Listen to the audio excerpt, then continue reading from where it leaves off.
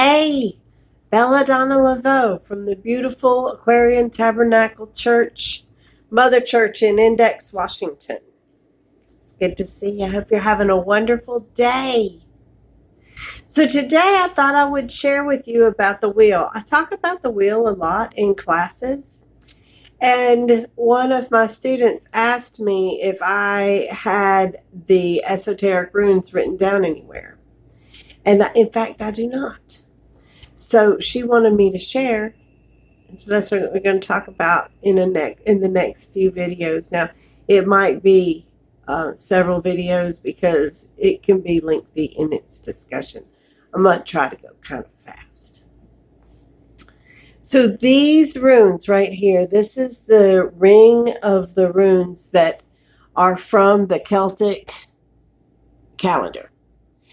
The Celtic Runic calendar starts at the new moon in October with Fehu. So I put these runes on this wheel and they tell you things about the seasons because they are fortnights. There are 24 Elder Futharks. Now, I think that the 24 Elder Futhark are pretty important to understanding esoteric development of the soul. And in this interpretation of the runes, it's about the development of the soul and how it relates to the seasons, and it is not about divination. Now, there are similarities in the divination meaning with the esoteric meaning, but in the esoteric meaning, you're looking for how it applies to the season and the moment, and not the divination, and maybe the Eddas apply. I'm not sure. I'm not a rune geek. I'm an astrology geek. But I created this wheel because the wheel of the year is what the cycles and the seasons, the rituals, esbats and sabbats, that's what they're based on, is the wheel of the year. And I also study comparative theology because ever since I was little, I knew that God was talking to a bunch of different prophets and they were just telling the stories from their own point of view. And if you would line up everybody's story, you'd be able to understand the purity of it. So that is what this is an exercise in, comparative theology. Okay, so where we're at the wheel, we're coming up on Imbolc. Imbolc is right here. It is 15 degrees Aquarius. This is the sign of Aquarius. This says Imbolc right here. Imbolc. And the runes that go with this fortnight are Gifu, Wunjo, and Hagalaz. Hagalaz is the one that looks like an H with a diagonal line instead of a straight across line.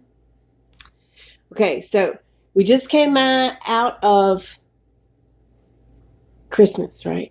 Yule. And Yule starts at the beginning of the season, so it's right here. Beginning of Capricorn, and then we go to Imbolc right here. So there are 2, 4, 6 weeks between each season, 3 runes. So we just came out of Conaz.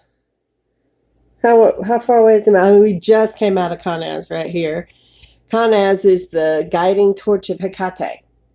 Torch of Hecate. If you went to a Well of Souls ritual, you experienced the torch of Hecate as it burned away the previous incarnation and prepared you for the next incarnation. So after this burning away time, the light that guides you out of the underworld into the Elysian fields, the Summerlands, right? Then you're in this place. This is the segment called Heaven. This is the segment called Purgatory. Interestingly enough, I mean, think about Capricorns, right? Purgatory is about purging away the previous incarnation. And the runic fortnights are all about that kind of energy. That's not what this is about. We're here. I just got to give you some history. So you are now in the bliss. You're in Aquarius. We just got here. It's like the 23rd of January, beginning of Aquarius. Gifu is gift. Gift. And then Wunjo is joy.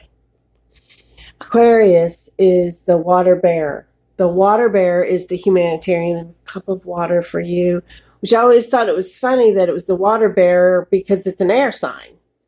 It's more like an angelic being. It's a humanitarian. It's like they got the temperance thing happening sometimes, right? Not all, but that's like when you look at the zodiac, the water bearer kind of looks angelic because it's humanitarian. Aquarians don't really get down in the drama so much as they float above it. They're sometimes not even aware that the drama exists. They just kind of stay focused on the love and the good things, and they try to spread good things and leave the bad things to the side. So Aquarius is about friends and hopes and wishes and dreams and caring about people. It's power to the people. It's ruled by Prometheus is one of the gods of Aquarius, and he sacrificed himself to give fire to the people, right? Gaia and Eros are the gods of this time, and they represent the fecund mother. The earth is a gift, right? And Eros is that spark. So in the beginning, which we're very close to that because of Pisces, in the beginning was, this Pisces. It's all backwards for me. So in the beginning was the void of space. And from that void, it concentrated, and then there was this spark of awareness. So the void was the beginning of everything, and then there was the light. And the light from that explosion came all of the things that we have in the universe now, and that is the beginning, right? This is where creation mythologies happen, because it's the beginning. It's before birth. So we're in that pre-existence stage where we're planning our next incarnation. We're going, okay, so when you saw Hecate last, right here, when you're crossing over this gate, she says, okay, you did really good. This time I want you to learn about blank. And you get your karmic, whatever it is that you've got to learn about for this upcoming lifetime. And then you plan your life according to astrology of how you want to incarnate. And you find your parents and do all that. That's what happens right here. Okay? But when you first get here, it's like a gift. You finally get to rest. Oh my God, everybody's talking about rest and peace. And now you are finally at a place where it's nice. You don't have any addictions. You don't have any struggles. You don't have any attachments. You have returned to your higher self. You're in the Summerlands. It's nice. It's easy. It's happy. You can just rest. You don't have to do anything. You just exist. It's what the Christians considered singing hymns around the throne of God. I mean, like if you are blissful, you might want to break out into song, but that's not really the way Wiccans see the afterlife. But this is you've gone through the underworld, you've gone through Hecate's realm, and you're back on your way to being born at this point. Okay, so you're coming back. You crossed over and died, and you've gone around, and we're headed towards getting born right here. This is Samhain. You cross over and die right here. And you go all the way around, you get reborn right here. So, gift, it's a blessing. You get to rest. It's freebie time. You don't have anything to do. It's a gift. And then joy.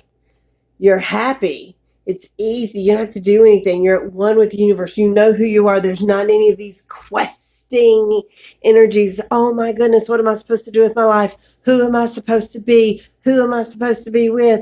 What am I supposed to wear today? What am I going to eat for lunch? There's none of that. It's just relaxing and happy. And then that's Gifu Wunjo. And then comes this energy right here with Hagalaz. And it looks like this. When you go from gift, you go from, oh my God, I don't have to do anything. Oh, how nice this is. Oh, look, there's feather beds. I could just lay here. To joy, where you're like, oh man, I'm so happy. I'm free from doing everything. Do you want to play chess today? You know, all your friends, you're having a good time. Okay? It's past the aha and it's settled into the bliss. I call this time the bliss. Then you get to Hagalaz, and Hagalaz looks like this. Hey, I've laid in the feather bed all day. I have walked around through all of the cool gardens. I've hung out with all the people. I have floated around up here and sat around up here, and I'm kind of getting bored with hanging out up here. I got this life plan I got to go through. I think I might want to go and check out what they're doing on Earth. I wonder what they're doing on Earth. I bet they've got a bunch of cool new stuff. I have not even bothered to look. I think I'll go down there and take a look. I think I'll go take a look. I wonder what they're doing. Do you want to go down there and take a look with me? I think I'm going to go take a look. Yeah, because you know what I'm thinking about? I'm thinking about chocolate pudding. Do you remember chocolate pudding? Oh my God, that was my favorite thing. Oh my gosh. And then you think, oh God, do you remember like rivers and swimming and high up in mountains and going and walking through the woods and having a family and hanging out with people and having cultural things and dancing and feeling and sex? Because it ends up eventually coming down to sex. And so Hagalaz is really about wanting. It's about wanting. So you're like, I want. And you start looking and you start looking and you start looking and you start looking. And then you get to need. So want is one thing. Need is another. Need is another. Okay, and you got to think about what are the gods right here. Eros is a baby god, right? Okay, so you go, oh, this is great. Oh, this is great. Oh, I'm bored. Oh, I'm bored. Oh, I want. And you know, the goddess says, I am that which is attained at the end of desire, which sounds all fun and romantic until you realize that when you're done wanting stuff, you die and return to the goddess. Surprise. Okay, I mean, it's not a bad thing, but do you want to be at the end of desire? Because that's the thing that makes you die. When you don't want anything else, that's when you're done. So need is, here's what happens. So you start thinking about sex. This is according to the Bhagavad Gita and other scriptures. Okay, you start thinking about sex. And you start thinking that you'll go and just watch some people have sex, and you'll hang out around the edges, and then you'll find something that you're interested in, and can't nobody see you because you're a spirit, right? And so you get closer and you get closer, and you start watching a particular couple. And you get real interested in it. And then the next thing you know, your mother is pregnant with you, and you need, because now you're an embryo and you've got a body again and you need things. Yeah. And that, ladies and gentlemen, little witches and witchlets, is why you never, ever, ever again want to see, hear, or talk about your parents having sex. That's the reason, because you know that's how you got here. You're like, oh God, I've seen it. I don't see it again. Oh no. But you don't know that here. You just know that way back here somewhere. So that is the runes of Imbolc. Okay, so while we're at it, I'm going to keep going because I did that in only 14 minutes. So we're at need. Need is when you are an embryo. It is pre-birth. This is birth right here. This is birth. Okay? Ostara. Right? All right. So notice how it is. This is Yule, and you've got 1 fortnight, 2 fortnights, 3 fortnights, right? And a Sabbath. Right? So then 1 fortnight, 2 fortnight, 3 fortnights for the next Sabbath. So Isa. Isa is the next. This is need. What is need? Need is called, oh, somebody's going to tell me what it is. Is it Nauthiz? Nauthiz. It's not ing. It's Nauthiz. Ing is somewhere else. Need is what I call it.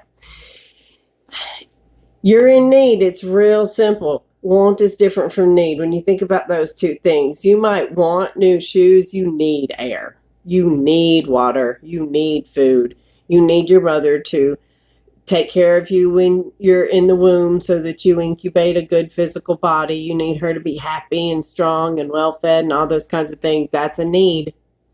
Okay, that's where you are right there. And then you're born. And Isa, now people are like, Isa, that means ice. Okay, yeah, but you're born. Now I want you to think about what happens when a baby is born. They take over everything, do they not? I mean, like everything, it revolves around the baby. Baby gods. People are like, baby gods? Wow. You let a baby come into the room and you see how all the adults are suddenly not in charge anymore. Everything's about the baby. The baby's the number one. That's just how it is. It's okay. Baby gods rule. That's what it is all about. You just gotta know your mythology and compare it to humanity. Right? So, babies. What do? They don't move. They lay there. They're frozen. They can't do, right? They can't do, they're like, oh, wow, I found a hand. They're not moving anywhere. They need you to change their diaper. They need you to feed them. They need you to do all these things. They can't even protect their airway. They are frozen. That is that first segment of humanity where you're just completely vulnerable and dependent and you're all this potential, but you are just taking in, right? Then you come to Yera, which I think is interesting because this happens about 1 year after growth.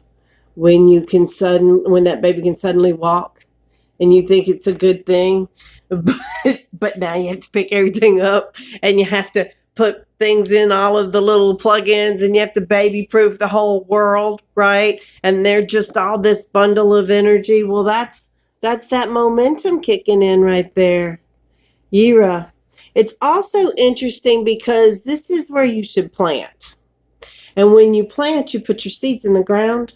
And then just kind of sit there. You don't know what's happening. You don't know. You can't see anything. They're just there, right? And then they sprout up and you're all excited. But then they're just sprouts for like forever. Like it seems like forever.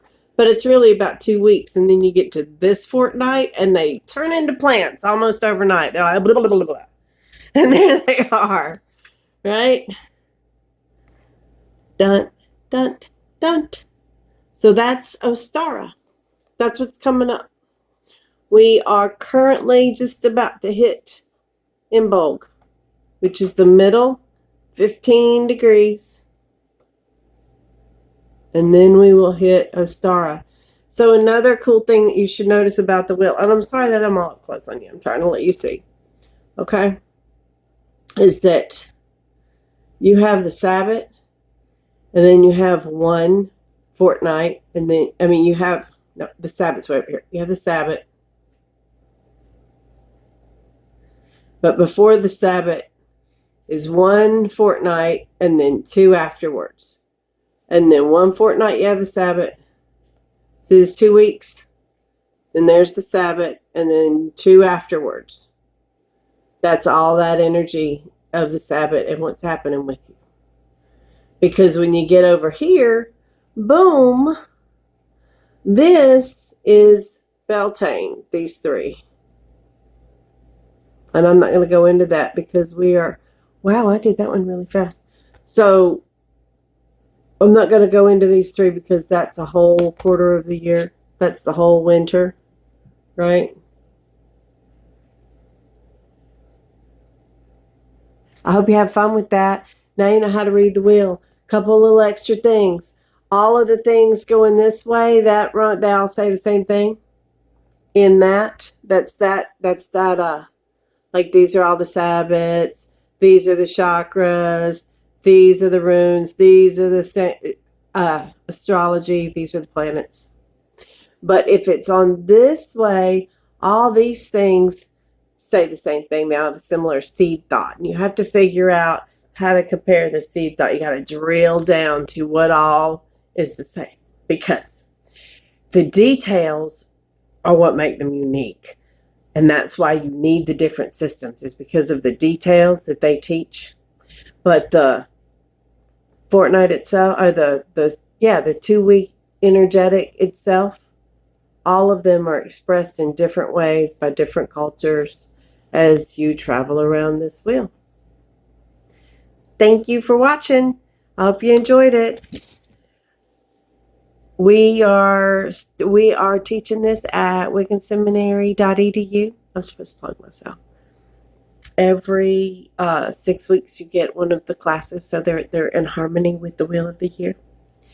And then we're gonna do Spring Mysteries. We're almost sold out. Y'all should get your Spring Mysteries tickets. Springmysteries.org. No, springmysteries.com. If you've never been to Spring Mysteries, you owe it to yourself to go to Spring Mysteries if you're a pagan. You should really go. I cannot tell you what happens there because it's oath-bound, but it is an initiatory experience. It's about the Greek mysteries. Look up Eleusis, Eleusis. Come see us at Spring Mysteries. Bye.